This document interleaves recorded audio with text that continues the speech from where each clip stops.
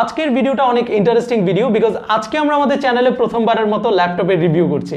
তো আশা করবো আমাদের অন্যান্য ভিডিওর মতো আপনারা এই ভিডিওতেও সাপোর্ট দিয়ে যাবেন, যাতে আমরা যেহেতু একটা নতুন কনসেপ্ট ট্রাই করছি, সো আপনাদের সাপোর্ট পেলে এরকম নিয়মিত বেসিসে ল্যাপটপের রিভিউ নিয়ে আমরা আমাদের চ্যানেলে হাজির হতে পারবো।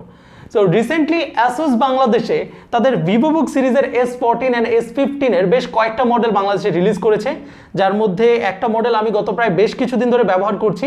আমি যদি এর মডেল নাম্বারটা স্পেসিফিকভাবে বলি, এটা হচ্ছে ভিভোবুক S14 অ্যান্ড মডেল নাম্বারটা হচ্ছে S433F, অর্থাৎ এটা একটা অ্যাসুসের 14 ইঞ্চ সাইজের ল্যাপটপ।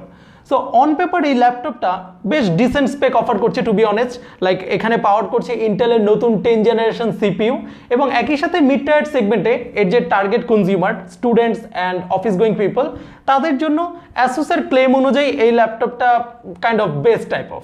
অ্যান্ড যেহেতু এই ল্যাপটপটা আমি গত প্রায় বেশ কিছুদিন ধরে ব্যবহার করছি, সো এর কিছু ভালো দিক রয়েছে, খারাপ দিক রয়েছে, সেগুলো সব কিছুই আমার কাছে ক্লিয়ার। সো সেটাই আমি আপনাদের কাছে ক্লিয়ার করব।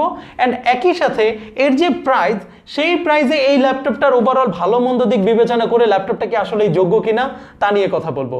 সো হ্যালো ভিউয়ার্স, আমি হিমেল আর আপনারা দেখছেন আর্কটেক।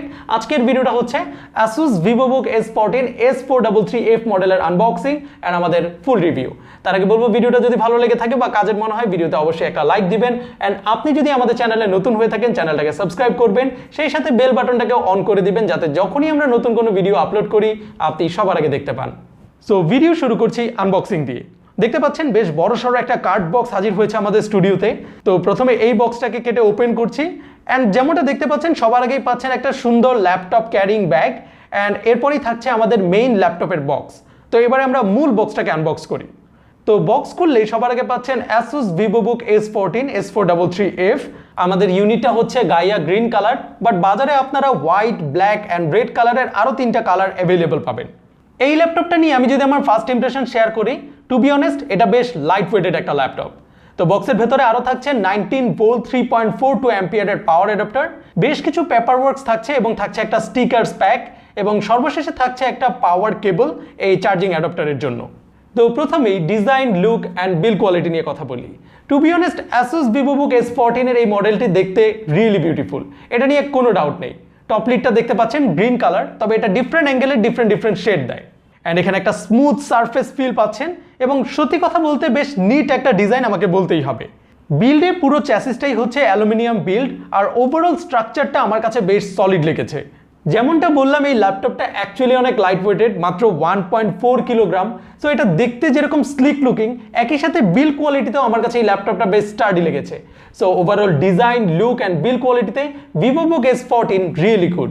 পোর্টস পজিশন অ্যান্ড কানেক্টিভিটি নিয়ে বললে, বাম পাশে থাকছে ডিসি ইনপুট, একটা HDMI পোর্ট, একটা USB 3.2 Gen 1 পোর্ট, একটা USB 3 Type-C পোর্ট অ্যান্ড একটা 3.5mm অডিও জ্যাক। ডান পাশে থাকছে দুইটা LED indicator, micro SD card reader and দুইটা USB 2.0 পোর্ট। বটম পার্টের চার কোণায় থাকছে 4টা রাবার প্যাড, যার কারণে ওভারঅল ল্যাপটপটা সারফেস থেকে কিছুটা উঁচুতে থাকে, অ্যান্ড এখানে থাকছে হারমান কার্ডন সার্টিফাইড স্টেরিও স্পিকার। এবারে ল্যাপটপটার ইনার ওভারভিউ নিয়ে কথা বলি। বেশ ক্লিন লুকিং একটা লুক আপনারা পাবেন ব্ল্যাক অ্যান্ড সিলভার টোনে। ফুল সাইজ একটা কিবোর্ড এখানে আপনারা পাচ্ছেন হোয়াইট ইলুমিনেশনের সাথে। আমি যদি আমার কিবোর্ডের এক্সপিরিয়েন্সের কথা বলি, ইট ওয়াজ কমফোর্টেবল টু ইউজ। আমার এক্সপিরিয়েন্সে বলবো বেশ ক্লিকি একটা ভাইব আমি পেয়েছি, and I really like this neon green accent around the enter কি।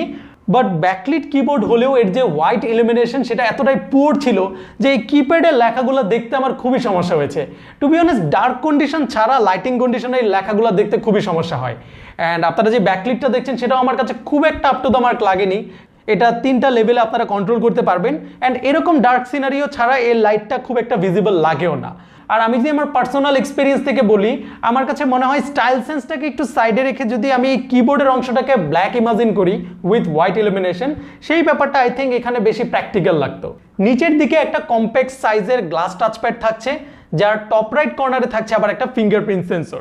টাচপ্যাডের এক্সপিরিয়েন্স বললে এটা খুবই ভালো ছিল, ইট ওয়াজ স্মুথ, অ্যান্ড এখানে মাল্টি ফিঙ্গার জেস্টারও সাপোর্ট করে।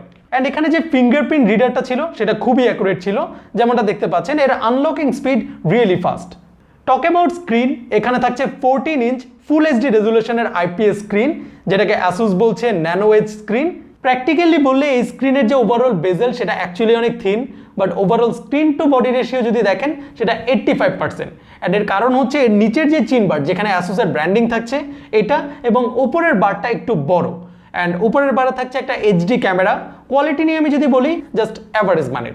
এই ডিসপ্লেটা ম্যাটি ফিনিশড একটা প্যানেল, এবং আমি যদি ভিজুয়াল কোয়ালিটির কথা বলি কন্টেন্ট বেশ শার্প ছিল।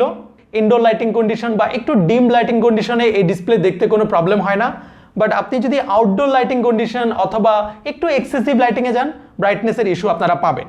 তবে কালারের কথা যদি বলি আমার কাছে কালার বলবো ঠিকঠাক লেগেছে, 100% sRGB ছিল অ্যান্ড মোটামুটি বেশ ভালো কন্ট্রাস্ট রেশিও এখানে পাবেন। তবে কালার অ্যাকুরেসির কথা যদি বলি এটা মোটেও অ্যাকুরেট ছিল না। আর কালার পাঞ্চিনেসের কথা যদি বলি এটা ঠিকঠাক চলার মতো ছিল, বাট আমার এক্সপেকটেশন এর থেকে আর একটু বেশি ছিল। সাউন্ড কোয়ালিটিতে ডিস্টরশন ছিল না, সাউন্ড বেশ ক্লিয়ার ছিল, তবে আই থিঙ্ক খুব একটা লাউড ছিল না এর stereo speaker experience. Performance segment নিয়ে বললে আমার এই ইউনিটটা হচ্ছে Core i5 10 Gen 10210U, যেটা একটা 4 কোর 8 থ্রেড বেস সিপিইউ। এখানে আপনারা বেস ক্লক স্পিড পাচ্ছেন 1.6 GHz অ্যান্ড টার্বো বুস্টে পাচ্ছেন আপ টু 4.2 GHz। আমার এই ইউনিটটাতে র্যাম হচ্ছে 8GB DDR4 and internal storage হচ্ছে 512GB PCI SSD। এই ইউনিটটাতে কোনো ডেডিকেটেড জিপিইউ নেই, শেয়ার জিপিইউ ইউজ হচ্ছে।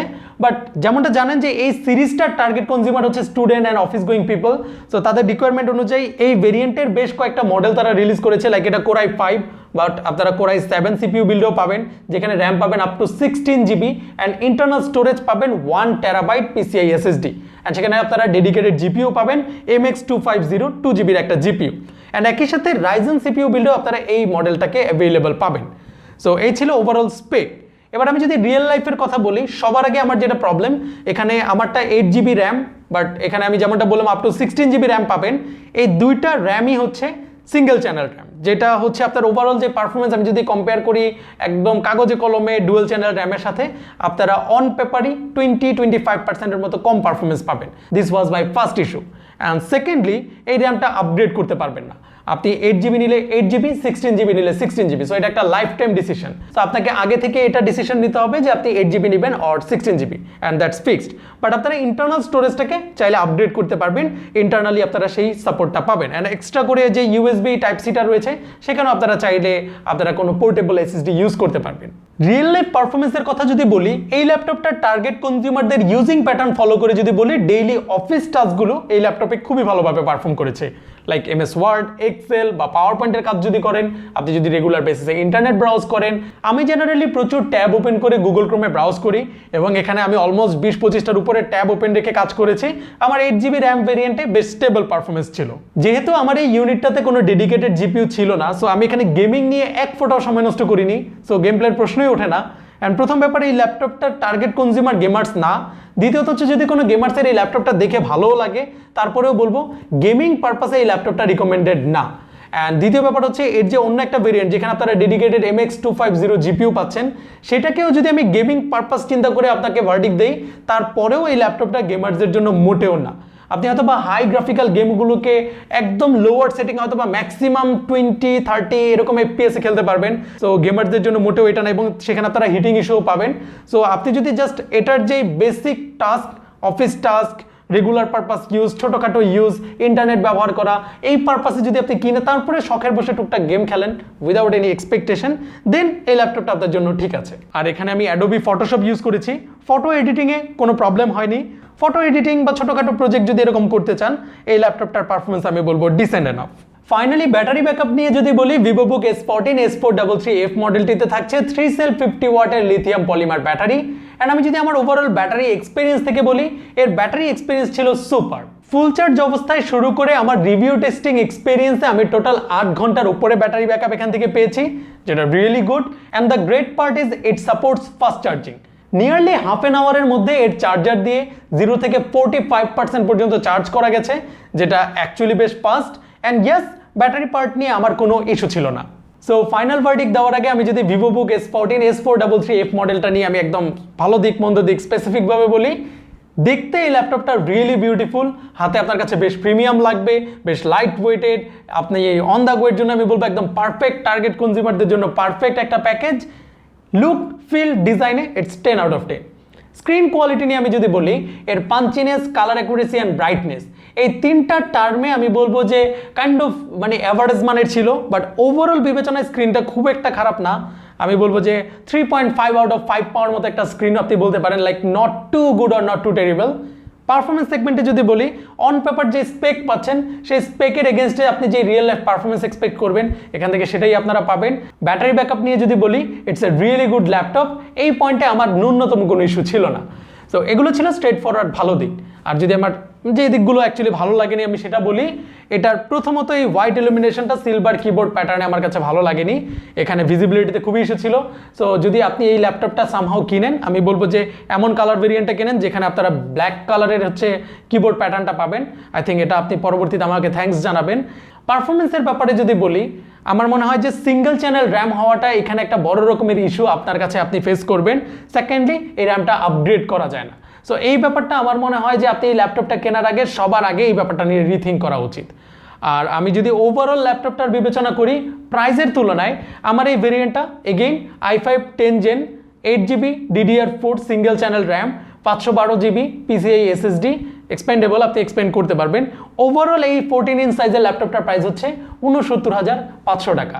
সো প্রাইস বিবেচনায় এই ল্যাপটপটা আমি বলবো যে প্রথমত রিকমেন্ডেবল না, এর যেই টার্গেট কনজিউমারদের জন্য যেই পারফরমেন্স অফার করছে। বাট আপনি যদি দেখতে সুন্দর, স্লিক, যেই ভালো দিকগুলো বললাম, সেই ভালো দিকগুলোই যদি অ্যাকচুয়ালি আপনার কেএসপি হয়, আপনার জন্য এনাফ হয়, আপনি নিতে পারেন এই ল্যাপটপটা, কোনো প্রবলেম নেই। অ্যান্ড এর আরও অনেকগুলো ভ্যারিয়েন্ট রয়েছে, সেগুলোর প্রাইসও আমি আপনাদের স্ক্রিনে দিয়ে দিচ্ছি। সো আপনারা এটা দেখতে পারেন। In my opinion, price to performance বিবেচনায় আমার মতে এটা রিকমেন্ডেবল না। সো এই ছিল আমাদের ভিডিও যদি ভালো লেগে থাকে ভিডিওতে একটা লাইক দিতে ভুলবেন না। জানাবেন কমেন্টে আপনার কাছে কেমন লাগলো Asus VivoBook S14 S433F। এবং আবারও দেখাবেন নতুন ভিডিওতে। সেই পর্যন্ত সবাই ভালো থাকুন, সুস্থ থাকুন, টেক কেয়ার।